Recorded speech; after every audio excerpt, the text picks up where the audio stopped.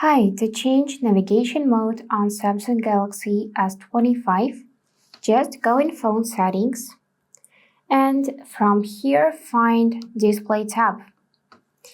After that, scroll a bit down and you should see this section Navigation bar.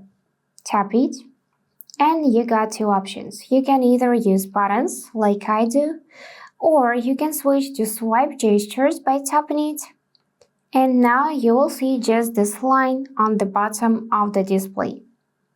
Also, you can tap more options and choose gesture sensitivity. So if you are using a case, it might be difficult to do gestures at the edge of the screen. You can choose a higher sensitivity to solve this problem. So basically, to go back, you need to swipe inwards on the edges of the phone.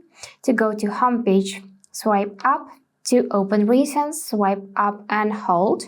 To switch between recently opened apps, swipe this line left or right, like that.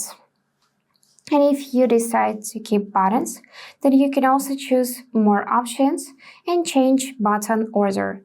So this one with lines to open recents, this one to go back, and this middle one to go to home screen.